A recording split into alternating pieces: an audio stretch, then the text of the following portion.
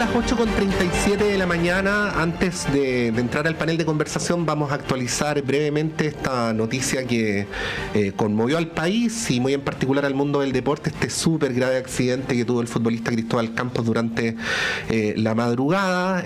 Durante los últimos minutos, nosotros al principio del radioanálisis contábamos los detalles más generales, pero se fueron conociendo nuevos antecedentes. Ayer, durante la tarde, en el campeonato de segunda división jugó San Antonio Unido, el equipo al que pertenece Cristóbal Campos, contra Sandino, y en la madrugada, aproximadamente a la 1:30 de la mañana o de la madrugada, se dirigía Cristóbal Campos desde San Antonio a Santiago. El futbolista reside en Santiago y viajaba cotidianamente a San Antonio para entrenar y para cumplir sus responsabilidades como futbolista.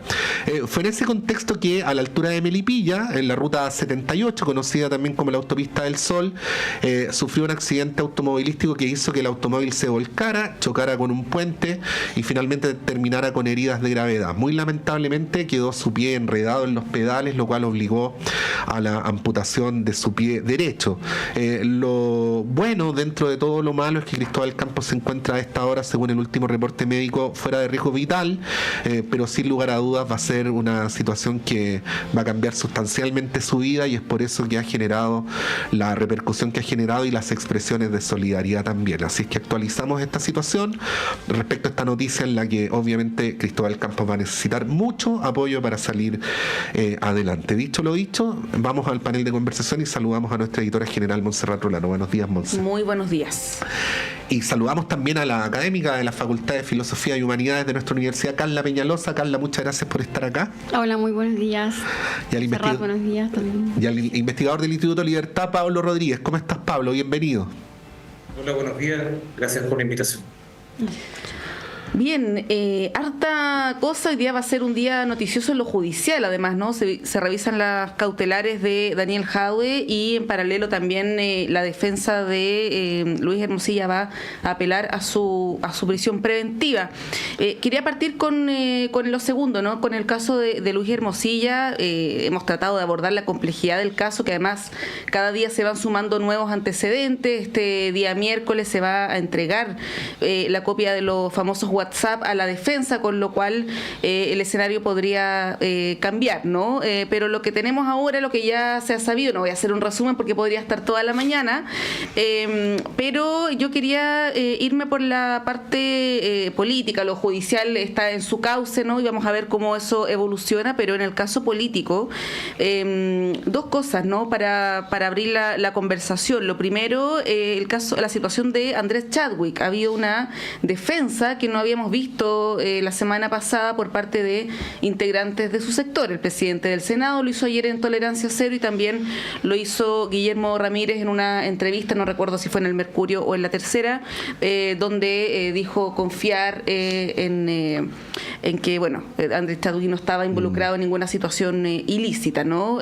Más allá que, independiente de lo legal, hay una cuestión ética que puede ser compleja, pero eso en primer lugar, ¿no? El tema de esta defensa que ha salido a ser de alguna manera Chile Vamos o parte de Chile Vamos, Andrés Chadwick, cuando todavía no hay explicaciones suficientes, ¿no? Sobre cuestiones que ya hemos comentado acá, el tema de la defensa de la acusación constitucional, entre otras.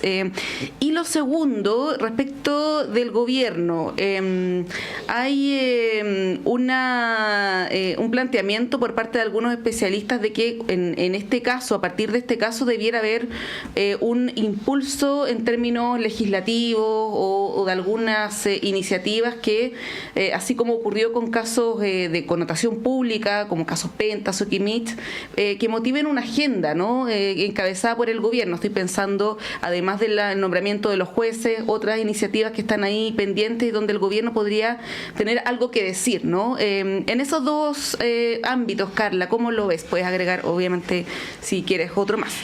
Bueno, es un montón, en realidad, hay muchas noticias.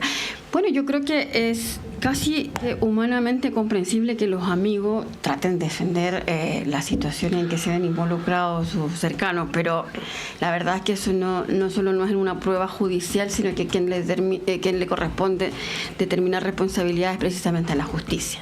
Ahora bien, eso en el ámbito judicial. porque en el ámbito ético, como tú decías, también creo que los amigos, es más, deberían ser los primeros en decirte eso es correcto o no es correcto. Entonces, bueno, yo creo que aquí se mezclan dos cosas. Sobre los aspectos judiciales, me parece que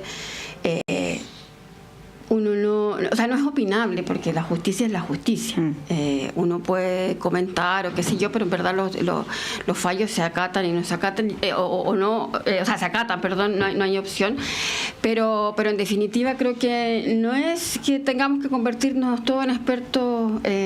Viste que aquí pasa también que, no sé, hay mundial y somos expertos en todo. Entrenadores, después viene, no sé, pasa cualquier cosa y todos somos expertos. Yo creo que aquí lo mejor es que la justicia opere tranquilamente, que haga su trabajo y sin tanto ruido, y donde también incluso, puede ser que sea grave lo que diga, pero incluso los mismos jueces encargados de hacer justicia no estén tan preocupados de lo que dice la opinión pública, sino de hacer su rol, que es lo que hacen habitualmente en todo caso. No digo que no lo hagan, pero bueno, hay cosas hay ciertas situaciones que a veces hacen pensar que también les importa mucho lo que dice la opinión pública, y creo que eso tampoco corresponde. Bueno, en ese sentido creo, pero también insisto, creo que es la justicia la que debe hacer ese trabajo. A mí me sorprende que, por ejemplo, todavía, a menos que me haya perdido de algo, Andrés Chadwick no haya sido llamado a declarar, o sí, no sé, a lo mejor estoy muy perdida, estoy media perdida el fin de semana. Pero bueno, en definitiva creo que una cosa, como tú dices, Montserrat, es la labor que tiene que hacer la justicia. Lo que digan sus cercanos, bueno, insisto, o sea, pueden defenderlo, ¿no? Es privado, o sea, que el hermano, por ejemplo, de Hermosilla lo defienda, porque también es abogado, bueno, está en su derecho. Una cosa que no. Ahora bien, cuando esa gente ocupa un cargo público relevante, sería mejor que se abstuviera, me parece a mí. O sea, si eres el presidente de una cámara, si eres alguien un dirigente político público más o menos relevante, creo que es mejor abstenerse de dictaminar antes de saber, o de que la opinión pública sepa o la justicia sepa cuáles son las pruebas, cuáles son las acusaciones y cuáles son las penas, si alguien es inocente o no, porque estás influyendo también. Que fue lo que se le criticó al presidente también. Sí. Exacto. Sí, Pablo, para ser estrictamente justo, lo que voy a señalar a continuación no es privativo de Chile Vamos, lo hemos visto en otros sectores políticos también, pero esto de que cuando aparentemente ocurre algo con el de la vereda al frente, salimos a rasgar vestidos, a exigir cabezas, en fin, y cuando es de nuestro sector, silencio, ¿no? Que fue lo que había ocurrido hasta el fin de semana con Andrés Chadwick, que, para ser precisos también, por de pronto no está siendo acusado de nada, sino más bien hay una serie de hechos que están siendo investigados, en los cuales aparecería el abogado Luis Hermosilla como una suerte de operador político o operador judicial de Andrés Chadwick, quien a su vez en algunos de estos temas operaría como protector o como alguien velando por Sebastián Piñera, ¿no? Y lo que habíamos tenido era silencio, se lo preguntábamos al diputado Francisco Undurraga también el viernes pasado, y en la línea de lo que planteaba Montserrat, ayer se rompe ese silencio, y muy evidentemente no es una casualidad, sino que hay una decisión articulada, porque Montse menciona a Guillermo Ramírez, el presidente de la UDI, menciona al presidente del Senado, el senador García Ruminot, y adicionalmente el presidente de RN, el senador Galilea, operó de la misma manera en una entrevista en Mesa Central. Por lo tanto, no es casual que 3 entrevistas en el mismo día tengan la misma narrativa. ¿Cómo ves eso? Porque yo le preguntaba al diputado Undurraga que cuando había sido lo del caso Convenio, habían salido a pedir cabezas durante meses, no había habido presunción de inocencia, e incluso hizo que salieran de su cargo personas que no tenían nada que ver, como el ministro Jackson. ¿Cuál es tu mirada respecto a la reacción que ha tenido la derecha en relación a este asunto? A ver, obviamente es importante que ese trámite de justicia posible, y es también lógico lo que tú mencionas respecto a que hay ciertos actores que tienen una escala distinta, y eso tiene que ver con que están muy arriba justamente en la escala de poder de Chile Vamos. Ya hay cercanías personales y hay afinidades personales, obviamente, que influyen mucho en las decisiones que se van tomando. Yo creo que el silencio hasta el día antes de ayer había sido prudente, me parecía bien, pero también quiero señalar que hay que confiar justamente en el proceso que se está llevando a cabo.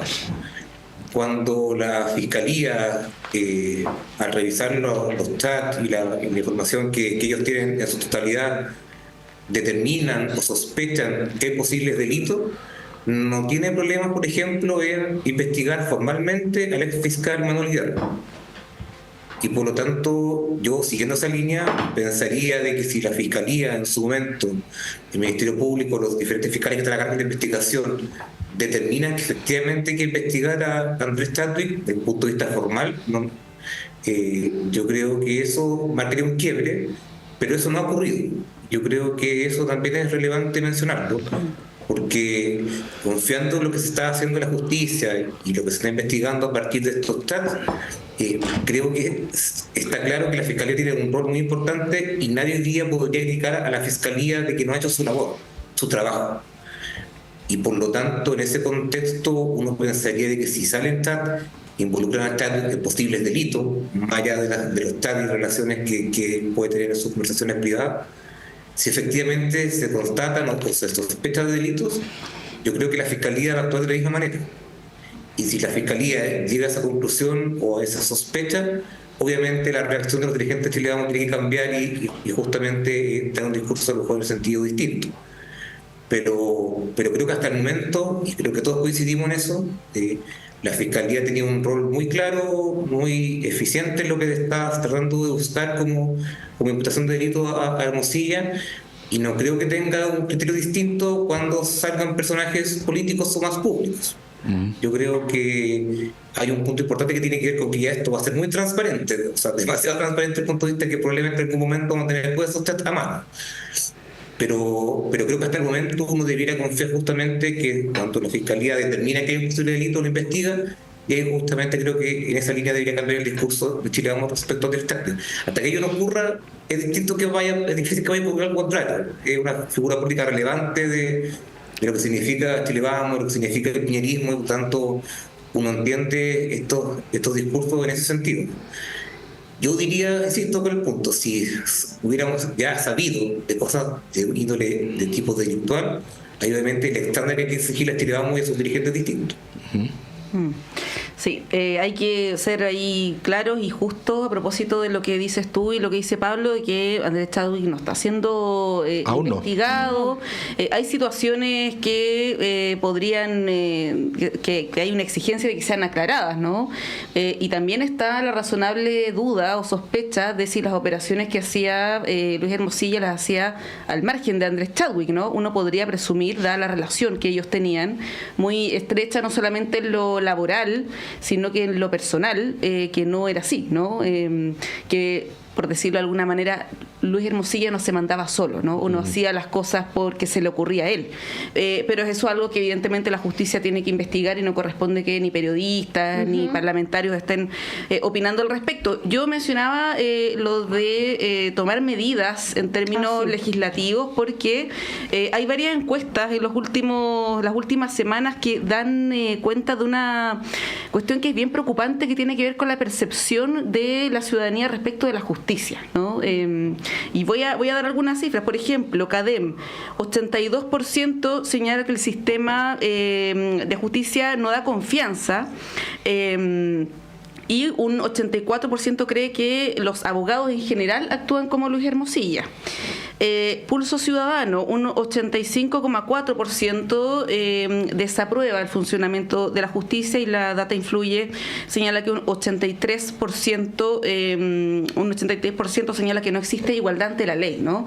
Esta es una percepción que es bien compleja. O sea, la justicia es uno de los pilares fundamentales de una democracia, y hay una percepción generalizada de que eso no está ocurriendo como corresponde, ¿no?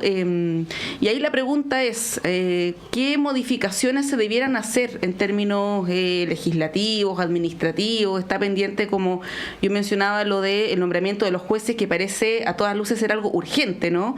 El ministro Cordero tiene algunas propuestas que se le han hecho, y sería deseable quizás que eso se acelerara. Hay otras propuestas que están naufragando en el Congreso, que tienen que ver con la vinculación del dinero y la política, ¿no? Hay varias cosas que están ahí pendientes y que no han avanzado. Quizás esto sería una oportunidad también para el gobierno, ¿no? De poder tener un liderazgo en esta materia. Carla, no sé cómo lo ves. Ya, antes de eso aclarar, cuando digo que Andrés Chadwick debería ser llamado a declarar en términos, o sea, al menos como testigo. O sea, nadie aquí está diciendo que sea culpable, pero claramente él debe manejar información. Creo que los cuatro hemos sido claros en eso. Ya, ¿no? por si acaso, por las dudas, pero eso, la justicia que opera. Y en ese mismo sentido, tal vez decir que, claro, la justicia y que es en definitiva quienes dictan investigan y dictan las penas, también tiene una acción limitada, y si las leyes no permiten ir más allá o sancionar más allá o evitar ciertas cosas, tampoco puede ser, pero finalmente quien paga o queda con la responsabilidad de ser no lo suficientemente duro son los jueces, pero a veces la legislación no acompaña, como tú dices, y hay que tomar otras medidas. Lamentablemente, yo creo que en este país, no sé si, no diría que siempre, pero hace ya bastante tiempo, cada vez que pasa algo dicen hay que legislar sobre esto, y después no queda nada. El otro día fui a Valparaíso y venía pasando por Peñuelas y me acordé que iban a legislar por el tema a propósito de los incendios forestales. Creo que quedó ahí también, o sea, a propósito de que no se podía construir en lugares recién que se habían incendiado, en fin, o sea, hay una serie de cosas que la gente se acuerda cuando ocurren, toda la opinión pública dice sí, está súper bien, y después se olvidan. Entonces aquí también se ha avanzado incluso en algunas cosas, en ley de transparencia, de probidad, y sin embargo parece no ser suficiente. Pasó lo del caso convenio y todos nos pusimos, bueno, no sé si todo, pero nos pusimos a discutir sobre el rol que también tiene que jugar el Estado para resolver ciertos problemas en vez de tercerizarlo. Y bueno, las soluciones son más complejas porque a veces también hay ciertos sectores que un día dicen sí, esto hay que corregirlo, después no están dispuestos a legislar sobre la materia porque no les conviene. Yo creo que aquí sí, o sea, es evidente, por ejemplo, que se deben nombrar los jueces. Ahora, dicho todo esto, creo que, no sé cómo señalarlo, pero creo que aquí hay un problema incluso mucho más de fondo, porque puedes tener todas las leyes del mundo y el delito existe igual. O sea, cuando tú estás dispuesto a sobornar a alguien, o sea, la culpa no es que no haya leyes más duras, la culpa es que aquí hay gente que está dispuesta a sobornar a funcionarios del Estado, a cometer delitos que son muy graves y que se supone que es de sentido común que es incorrecto. Y sin embargo, y eso es lo grave, ciertos profesionales, ciertos políticos, ciertos funcionarios han llegado a tal nivel de degradación que están dispuestos a saltarse ese límite. No porque las penas sean bajas, sino que porque finalmente es un modo de operar. Entonces, pueden nombrar, los jueces pueden ser nombrados por el gobierno. ¿Y quién te dice que eso evita el soborno? Independientemente o sea, porque puede ser cualquier gobierno. O cómo lo legisla. Entonces, incluso para ir más allá, a propósito de lo que pasó hoy día en Alemania está súper prohibido cualquier apología al nazismo.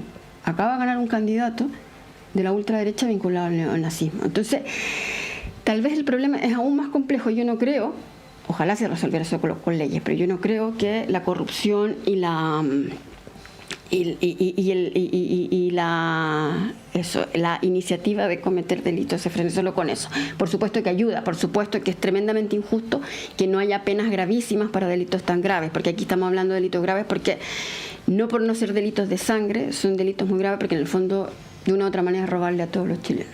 Sí, ahí Pablo, bueno, ninguna sociedad está totalmente exenta de la corrupción. Esa es una cuestión con la que hay que convivir, ¿no? Pero a propósito del planteamiento de Monse, puede ser una buena oportunidad para hacer adecuaciones, mejoramientos de carácter institucional. ¿Por dónde ves tú que podría avanzar una agenda de conversación entre los distintos sectores políticos que permitiera consensuar algunas cosas que nuestra institucionalidad actual requiere?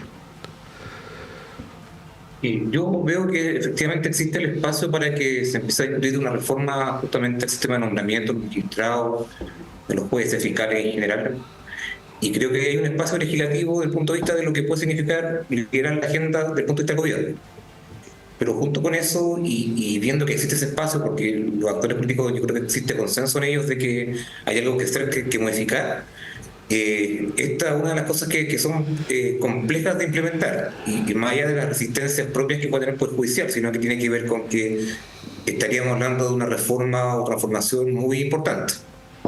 casi yo creo que al nivel de lo que fue la creación del Ministerio Público en la década del 2000, donde hubo también un cambio importante en lo que significaba la acción del Poder Judicial en sus distintos roles, y por lo tanto una política pública de esa envergadura significa pensar muy bien el diseño, generar consenso académico entre algunos puntos, que si bien en algunos aspectos podría estar avanzado, es una reforma difícil de implementar y que obviamente el gobierno actual podría empezar la discusión, podría durante los próximos meses o durante el año que viene presentar un proyecto de ley potente respecto a aquello, pero se terminaría aprobando, yo creo que es una administración distinta, porque es una política pública muy costosa desde el punto de vista de remover ciertos obstáculos, incluso que la misma institución tiene, que va generando, y que tiene cierto incentivo, y ahí también hay que entrar a pensar un diseño que sea lo suficientemente eficiente para que cumpla con lo que estamos esperando, una justicia más transparente y que justamente con una mayor limitación entre lo que significa la política y los jueces. Pero eso es muy, muy difícil de llevar a cabo. O sea, uno esperaría que el ministro Cordero justamente liderara esta agenda y eso sería muy positivo. Pero también hay que tener un acotado tema con la expectativa respecto a lo que significa es una reforma de esta manera. Es una reforma que significa que solamente quien nombra o quien no, sino que tiene que ver con la carrera judicial, tiene que ver con una serie de otros aspectos de gobernanza del Ministerio Público, de la Fiscalía, de todas las instituciones del Poder Judicial, en donde requiere pensarlo de alguna manera para que justamente tengamos un diseño que sea eficiente a lo que la gente está esperando. Y esa discusión lamentablemente no es tan rápida, porque más allá de consensos académicos que pueden haber, es una discusión muy compleja, muy técnica, que tiene que tener el respaldo político para llevarse a cabo, y que lamentablemente no sale tan rápido como uno quisiera del Congreso, y menos en un Congreso como el que tenemos, que no hay mayoría de ningún lado clara, hay elecciones de por medio, y por lo tanto el contexto tampoco es más fácil, pero sí el gobierno debe liderar con mucha fuerza una agenda de este tipo. Yo creo que sí sería un punto relevante.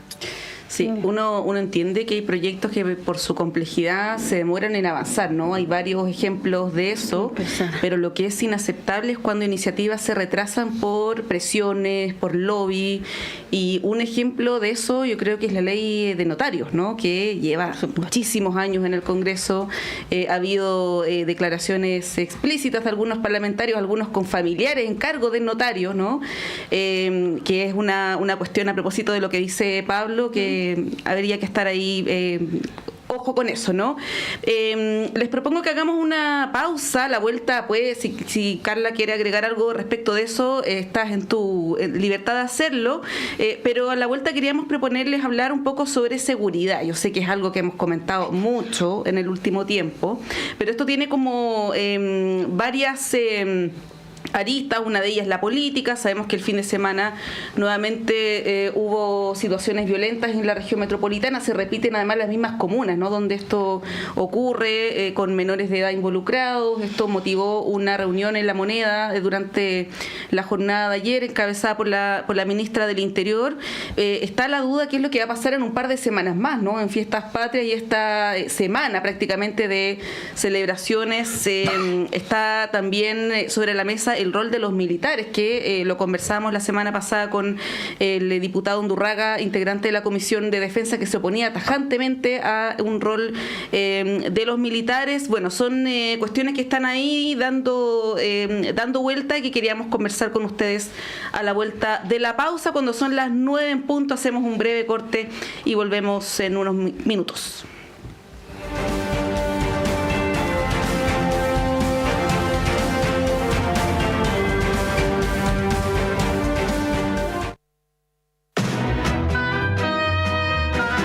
Papel a tus oídos, historias de tu puño y letra llegan cada sábado a las 19:30 horas a La Fábrica de Cuentos, aquí en Radio Universidad de Chile. Envía tu cuento, relato o historia inédita a lafabricadecuentos2024@gmail.com. Los seleccionados cobrarán vida en formato audiocuento. Escúchalos cada sábado a las 19:30 horas en el 102.5 FM. La Fábrica de Cuentos, historias escritas por ti, del papel a tus oídos.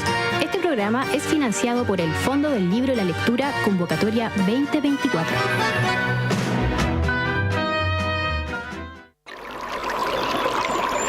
Aguas Trayén o Cascada en Mapudungún es la mejor agua purificada con tecnología de última generación. Para más información, visite su página web www.aguastrayen.com. No te pierdas Memorias del Futuro, un espacio de educación en formación ciudadana y la historia popular de Chile y Latinoamérica. Saludos a todos nuestros auditores y auditoras de Radio Universidad de Chile. Les habla Jan Flores Quintana, cientista político, y les invito a escuchar todos los martes a las 22:30 horas nuestro programa Memorias de Futuro.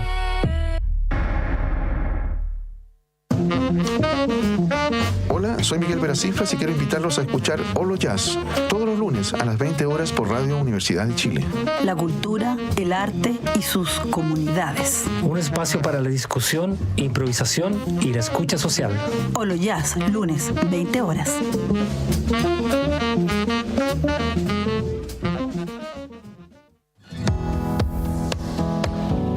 ¿Pensabas que la sexualidad era solo cosa de jóvenes?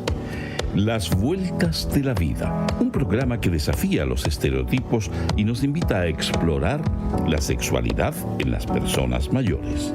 Hola amigos y amigas, soy Johnny Acevedo Ayala, profesor asociado de la Facultad de Medicina de la Universidad de Chile, y les invito a escuchar cada martes a las 11 de la mañana Las Vueltas de la Vida, sexualidad de las personas mayores. Prepárate para una mirada sincera y reveladora sobre un tema que nos concierne a todos y todas. Radio Universidad de Chile le invita los lunes a las 21 horas a buscar en conjunto el bello cine. Una conversación musical para encontrar las buenas señales, para volver a creer en un país digno, para buscar un mejor destino, para buscar un bello cine. Un programa creado y conducido por Argos Geria. Bello Cine, lunes a las 21 horas en la radio que piensa. Estás escuchando Radio Universidad de Chile, la emisora insignia de la música chilena, reconocida como radio fundamental por la SCD 2024.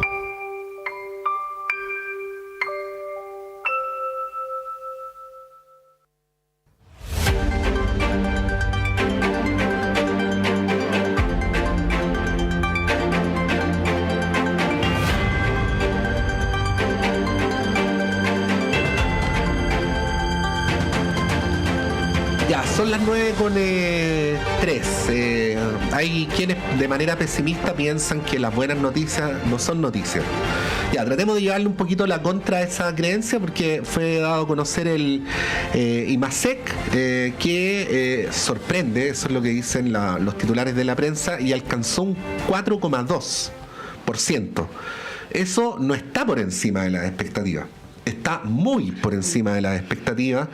Es un resultado que se sale de todos los marcos con los cuales se había previsto que iba a ser la cifra de este mes. Y bueno, vamos a tener que entrar a ver con más calma y con los analistas cómo fue que se llegó a este número, pero hubo buenos resultados en industria, buenos resultados en minería y un aumento importante en la actividad comercial también, lo cual da cuenta de que ha habido, Carla Monzo, un aumento en el consumo interno. Bueno, todas estas cosas las estoy diciendo recién intuitivamente porque el resultado del IMASEC se dio a conocer recién, pero durante el día vamos a estar, por supuesto, en la radio, en nuestro noticiero y en nuestros análisis tratando de explicar este número que, como decimos, da cuenta de un aumento que estaba muy por encima de lo que originalmente se había pronosticado. Dicho lo dicho, vamos a otro tema, y ya que estamos hablando de temas complejos, el tema de la seguridad pública también lo es, ¿no? Por estándar, los medios de comunicación en general están titulando como la crisis de la seguridad pública. Hay quienes no están de acuerdo con la palabra crisis, ¿no? Eso ya para empezar. Lo que sí es claro y lo que sí es evidente es que los delitos violentos han aumentado de manera muy significativa en el último tiempo, y hay ahí un análisis respecto a cuánta responsabilidad o no tienen las actuales autoridades o el gobierno de turno. Y esto además, como decíamos, en un contexto donde entrando a septiembre hay una discusión abierta sobre si deberían o no los militares participar de las tareas de orden público. Monse citaba al diputado Francisco Undurraga. Uno prejuiciosamente podría decir que los parlamentarios de derecha serían más partidarios de una medida como esta que los parlamentarios de izquierda, pero la verdad es que el diputado Francisco Undurraga fue un categórico detractor de la idea, incluso yendo en la línea contraria de lo que había planteado el diputado de la Democracia Cristiana, Eric Aedo. Simplemente menciono lo siguiente. Según el artículo que escribió nuestra colega Pilar Leoni, que está en nuestro diario electrónico, el año pasado hubo 25 personas fallecidas en fiestas patrias. Hubo un descenso en relación al año 2022 y por lo tanto uno debería prever que las cifras de este año las analicemos con esos parámetros de comparación y no en el aire, ¿no? Son más días igual este año. Sí, eso iba a decir yo. Claro, puede ser una variable importante porque el lunes 16 y el martes 17 como que no son, parecen días hábiles, pero no van a ser, ¿no? Así vamos a tener probablemente 9 días libres, ¿no? Sí, ahora por otro lado parece que el gobierno también se está ocupando del tema, ¿no? Uno podría preguntarse o no, Pablo, si es que esto es suficiente, dada la magnitud de la situación y de la también sensibilidad que genera. Pareciera que no, pero es evidente que lo está haciendo. Ayer hubo un anuncio, por ejemplo, de varias detenciones, entre ellas un delincuente, no recuerdo cómo se llamaba, lo voy a mencionar ahí porque me llamó la atención el nombre. El apodo, digamos. Era el perro algo, no recuerdo exactamente. Pero que era alguien que estaba siendo buscado hace mucho tiempo y anunció la detención de 5 personas. Por lo tanto, hay una acción que se traduce en resultados, ¿no? Perro Elvis. El perro Elvis. El perro Elvis. Pablo, ¿cómo ves este asunto? Bueno, y las proyecciones que puede tener para las próximas semanas. Lo primero que uno tiene que mencionar es que ojalá el gobierno tenga un plan muy claro respecto a lo que significa las fiestas patrias y esos días feriados. Hay estudios que se han dado a conocer de que tiene que ver con que en este tipo de festividades hay mucho más violencia de parte de los grupos que actúan, influido por el tema del alcohol, influido por el tema de las drogas, y por tanto son fechas que desde el punto de vista de lo que significan, desde el punto de vista de la seguridad, son muy relevantes. Por eso es muy esperable que el gobierno tenga un plan claro respecto a aquello. Yo creo que esperemos que la semana después del 18 no estemos lamentando justamente la cantidad de personas fallecidas. Pero ese plan tiene que ser racional. Yo tengo mis dudas, mis aprensiones respecto a lo que significa el despliegue de fuerzas militares en cualquier lugar. Una posición obviamente personal que uno tiene, pero tiene que ver con evitar normalizar lo que significa el despliegue de militares en las calles. Y por lo tanto, si es que eventualmente se decidiera seguir esa línea, tiene que ser con un plan acotado, tiene que ver con lo que tiene que ver con la infraestructura crítica y la protección de lugares importantes para el país, pero otras cosas difíciles de hacer, o sea, desde el punto de vista más, pensando lo mejor, o sea, no hay capacidad militar para estar en todas partes. No hay un despliegue que sea capaz de tener a todos tranquilos, porque no es posible, sino que uno de lo que esperaría justamente es la mayor coordinación posible entre las policías, entre las instituciones respectivas, ojalá el mayor despliegue de personal en las calles, de las instituciones de fuerza de orden y seguridad, una coordinación efectiva entre lo que es el Ministerio del Interior, la policía, etcétera. Eso me parece muy bien y me parece que un plan puede entrar en esa categoría, pero lo otro a mí por lo menos me hace más ruido, que tiene que ver justamente con normalizar algunos aspectos que no creo que deberían ser normalizados, y siendo la responsabilidad principal del gobierno de darle seguridad a la gente, que es su misión fundamental, creo que tendría que tener un plan que tenga que ver con fortalecer la policía, darles más equipamiento, ojalá tener la mayor cantidad de gente desplegada, y en ese sentido uno esperaría un plan de esa manera. Otras cosas a mí me hacen un poco más de ruido, pero también es discutible y conversable. Claro, lo que pasa es que ese plan existe, porque si hay algo a lo que se ha dedicado este gobierno es a darle respaldo a las policías, incluso a contrapelo del propio sector en el caso del general Yáñez. Ha habido un aumento en los recursos policiales. De hecho, el mismo general Yáñez en una actividad pública hace algunos meses dijo que Carabineros hace muchos gobiernos que no recibía tanto apoyo. Por lo tanto, hay mayor dotación. Ha habido un aumento de la dotación. Todo eso, al menos desde el punto de vista formal, y lo reconocen los propios Carabineros, existe.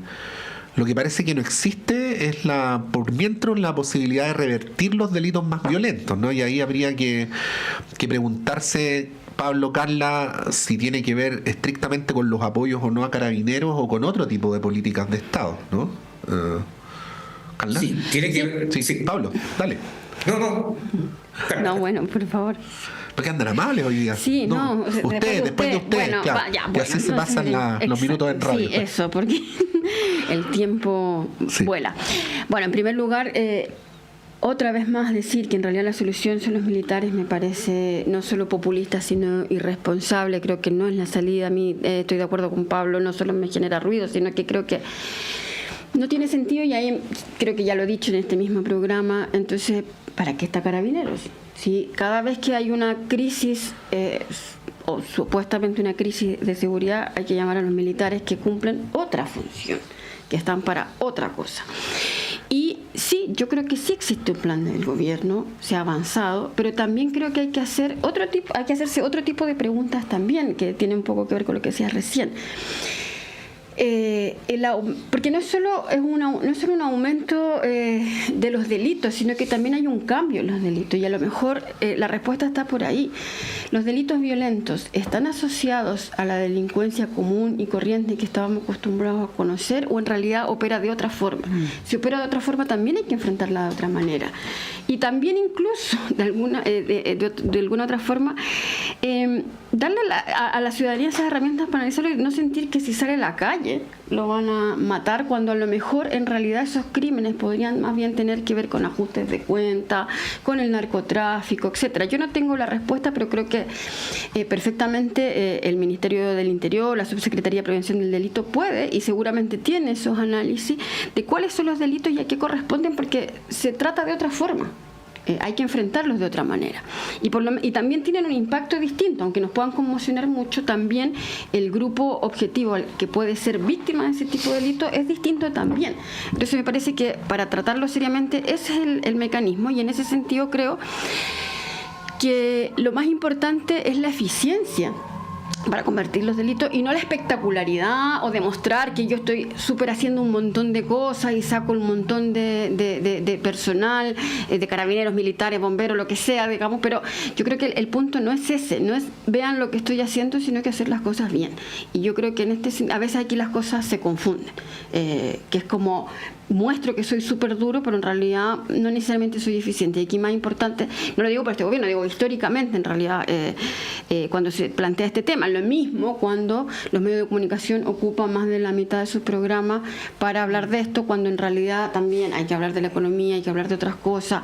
Y entonces la sensación también de inseguridad no solo no es buena transmitirla para que la gente no se asuste o para hacerle propaganda a tal o cual gobierno, sino que también porque la labor es informar, no alarmar.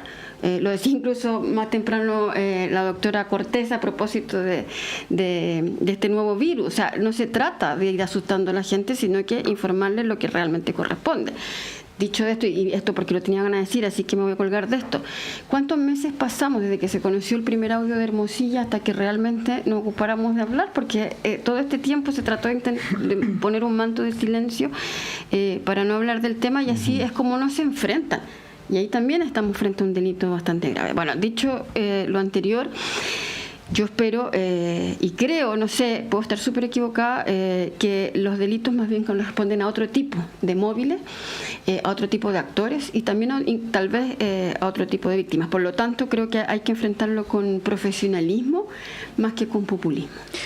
Sí, Pablo, bueno, puedes ahí agregar lo que quieras sobre este tema, pero los quiero llevar a otra cuestión que es bien relevante y ha sido comentada por nosotros en muchas ocasiones en este espacio, que es el tema presidencial y cómo la presidenta Bachelet, sin ser candidata, ha ido sustantivamente aumentando su popularidad en las encuestas, digámoslo así, ¿no? La última es la encuesta Pulso Ciudadano, que se dio a conocer las últimas horas, una encuesta mensual, y donde la presidenta la expresidenta sube casi 9 puntos en relación a la medición anterior, acercándose bastante a Evelyn Matei y superando a José Antonio Kast, ¿no? Que ha tenido un estancamiento. Evelyn Matei igual, no sube absolutamente nada respecto de la medición anterior. Lo que sí se ve es un aumento sustantivo de la expresidenta Bachelet. En el caso de otras figuras presidenciables del sector, Carolina Toá, a propósito de lo que hablábamos antes, se mantiene en un 2%, ¿no? Y ahí no hay un despegue todavía. Sabemos que la situación es dinámica, pero les quería proponer eso, ¿no? Primero, la figura de la presidenta Bachelet, que la hemos comentado tanto en este espacio, y llama la atención que, pese a que ella diga que no es candidata, que no quiere ser candidata, siga subiendo en las encuestas. Y lo otro, la aprobación presidencial, que esta encuesta también lo revela, un aumento sustantivo que también es concordante con lo que ha ocurrido con la CADEM, ¿no? Con esta medición semanal donde el presidente Boric está cerca de un 37%, ¿no? Y ha aumentado bastante. Hay algunas, comparativamente es harto. Comparativamente es harto, y que bueno, hay algunos análisis que apuntan a, por ejemplo, declaraciones que ha tenido sobre Venezuela, ¿no? Entre otras cosas. Bueno, Pablo, ¿cómo ves esta medición? ¿Qué análisis, qué interpretación se podría hacer de aquello? Si efectivamente la expresidenta Bachelet no quiere volver a ser presidenta, esta encuesta y diferentes números que arrojan los estudios de opinión respecto a su buena imagen y su buen posicionamiento tendente al alza, es un problema para el gobierno, para el centro izquierda, para la izquierda. Si Bachelet no tiene ganas de ser candidata presidencial y las encuestas la siguen poniendo en un buen lugar, expectante y mucho mejor que otras figuras como Carolina Toá o Camila Vallejo, termina convirtiendo en un problema desde el punto de vista de que no van a haber otros liderazgos, no va a haber tiempo para que surja. Y es muy problemático, yo pienso, para la figura de la expresidenta, pensando que su rol ahí, de alguna forma, podría estar, no porque ella lo quiera, sino que porque la gente lo está manifestando, ser justamente un obstáculo para que otros liderazgos pudieran tener un espacio, porque si no se da aquello, el oficialismo no va a tener ningún candidato competitivo para la elección presidencial.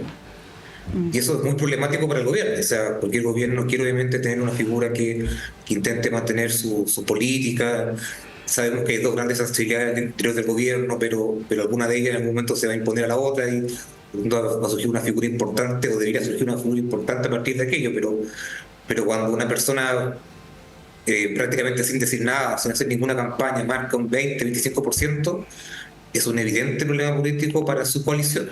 Y eso creo que es muy difícil de manejar, por lo que la ciudadanía está esperando, está viendo de ella.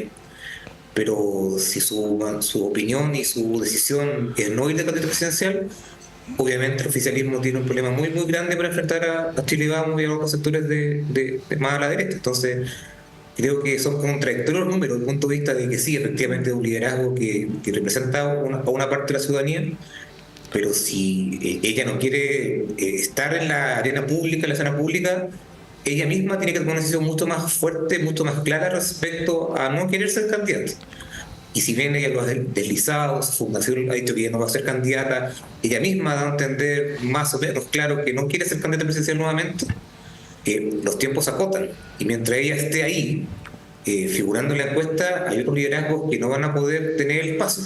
Esos liderazgos pudieron haber crecido antes, y también es un problema también político de renovación y de liderazgo, pero mientras ella esté ahí, es muy problemático pensar en una sucesión de este gobierno, porque no van a haber espacio político para que ellos se desarrollen. Sí, lo que pasa con Bachelet es que hay dos informaciones de su entorno que son contradictorias, ¿no? Una información es que cuando ella dice que no quiere, es un punto de vista genuino. O sea, ella de verdad en lo personal no quiere y aparentemente además tiene buenas razones para no querer, quiero decir, en el plano personal. Pero de su mismo entorno, por el otro lado, se señala, no en relación a este momento específico, sino desde antes, que tiene el sentido del deber como una característica fuertemente instalada en su manera de ver las cosas, ¿no? Y por lo tanto, uno...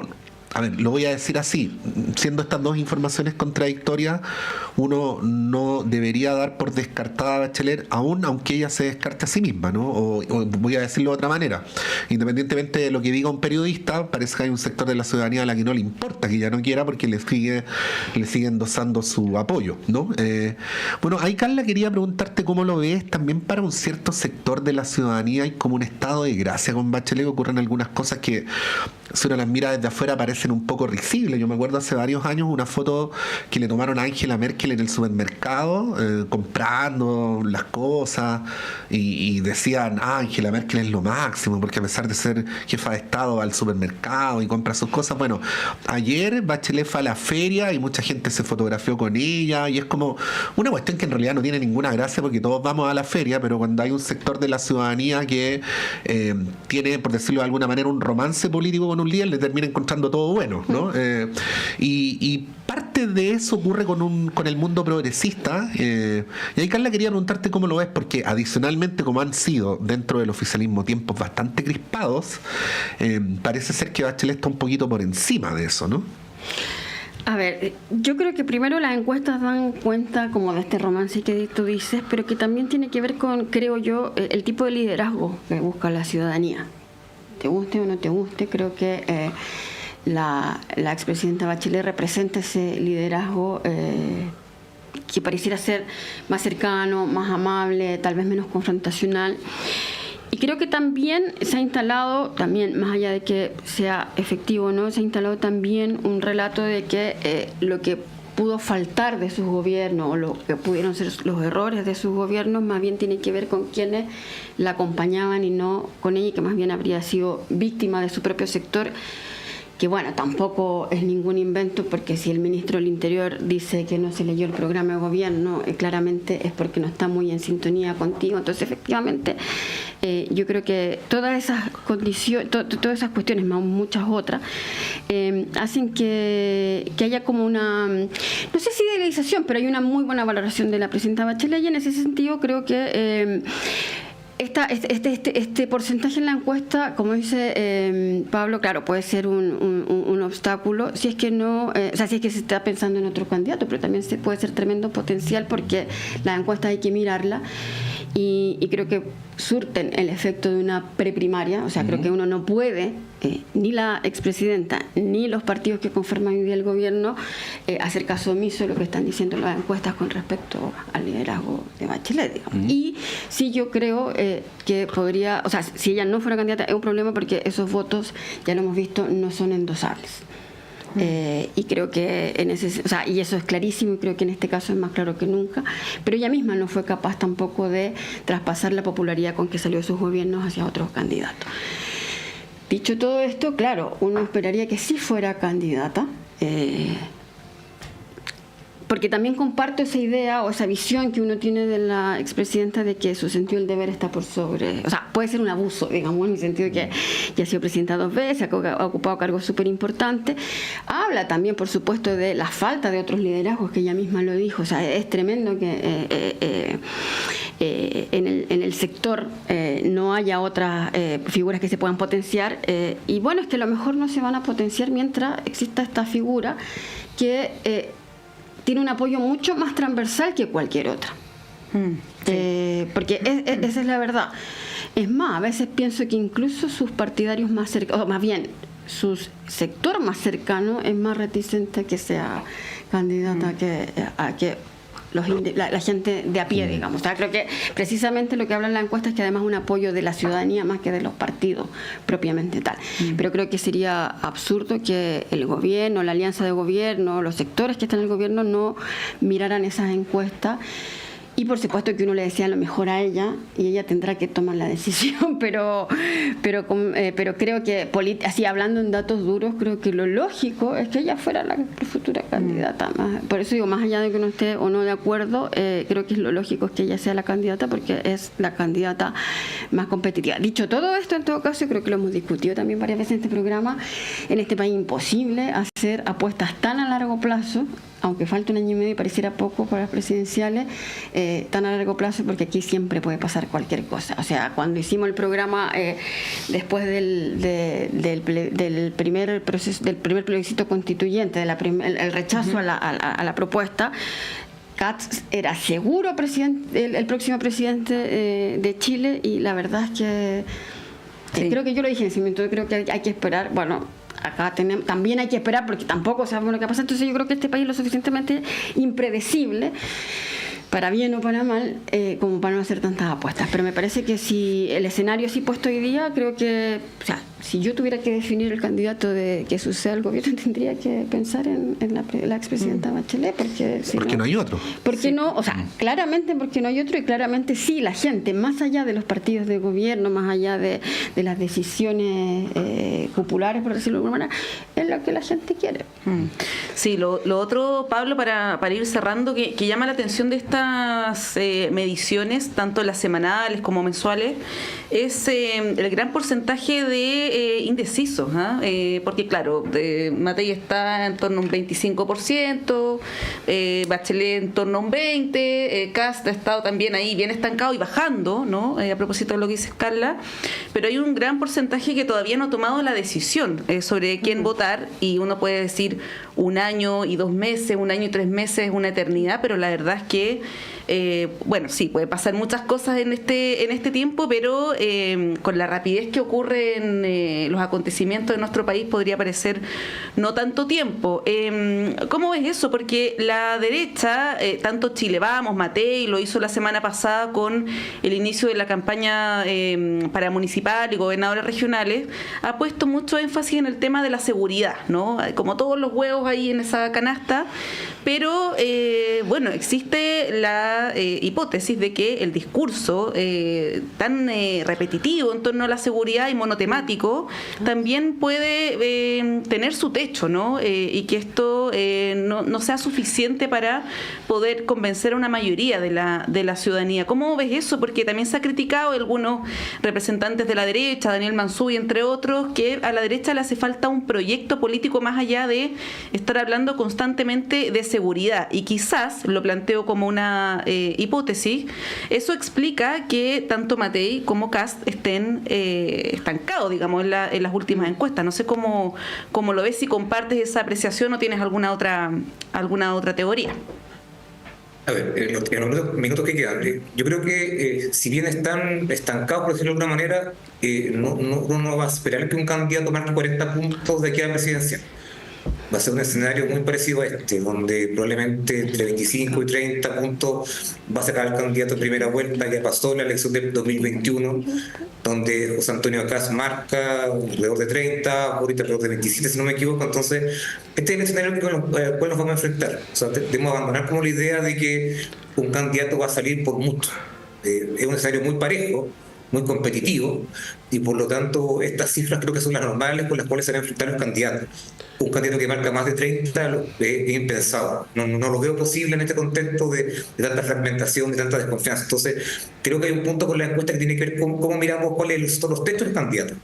Y va a ser muy importante los programas que se construyan, pero también las alianzas políticas. Y con eso cierro. De cómo efectivamente las partes de la derecha se juntan y qué pasa con las partes del oficialismo. Creo que las alianzas que se hagan post primera vuelta van a ser muy relevantes para entender la elección presidencial y su resultado. Creo que la coalición y la alianza van a ser muy, muy relevantes para entender ese fenómeno. Carla, un minuto sin elástico. Bueno, es cierto, depende de la alianza, y ahí también la derecha tiene que definir si está con republicano o no y construir un programa en común. Dicho esto, creo que a propósito de lo que decías tú de la seguridad, también puede ser un tema, y ojalá lo fuera, porque se ha hablado todo el tiempo de seguridad y también como para atacar al gobierno, y sin embargo el gobierno sube en su aprobación. Y yo no creo que tenga que ver con Venezuela, porque supongo que a la gente le da un poco más lo mismo. A lo mejor tiene que ver con el intento por hacer una reforma de pensiones y que el gobierno la impulsa y la derecha se opone, las 40 horas, en fin, una serie de medidas que a lo mejor el aumento del sueldo mínimo, que eso no sale en la noticia, pero que la gente se da cuenta a fin de mes. Entonces, sí, el discurso de la seguridad puede ser súper espectacular, pero también se agota porque también hay otras necesidades de la gente, y esas necesidades se está haciendo cargo hoy día, o trata de hacerse cargo el gobierno, y lo frena la derecha. Dato muy breve para cerrar: en Chile en 35 años ha cambiado harto la percepción respecto a qué es ser viejo y qué es ser joven, pero simplemente señalar para que tengamos el dato a mano es que cuando el presidente Elwin asumió su presidencia tenía 72 años y terminó con 76. En esa época se le consideraba una persona mayor, por lo tanto que esta era como el fin de su carrera política. Ricardo Lagos fue presidente a los 62 años y la primera vez Michelle Bachelet fue presidenta a los 55. Si es que fuera presidenta de nuevo empezaría a los 76, que fue la edad a la que terminó Elwin, y terminaría a los 80. Esto es simplemente un dato referencial, no quiere decir tanto, porque si vamos a Estados Unidos uno ve que Biden y Trump tienen prácticamente la misma edad. Sin embargo, la imagen que proyectan es sustantivamente distinta, pero sí para dar cuenta de que la finalización de un eventual periodo presidencial de Michelle Bachelet sería una finalización con una longevidad notoria, ¿no? Oye, ¿quiénes estaban postulando al expresidente Frey también? El presidente Frey es mayor, sí. Tiene claro. ¿Es mayor la presidencia? Sí, tiene más de 80. Sí. Bueno, estamos llegando al final. Don Pablo Rodríguez, muchas gracias, que tengas un buen día y una buena semana. Gracias a ustedes también. Misma cosa le decimos a Carla Peñalosa. Muchas gracias, Carla. Igualmente, ustedes, buena semana, que esté muy bien. Y con Montserrat vamos a una breve pausa y a la vuelta está Claudio Medrano con ustedes.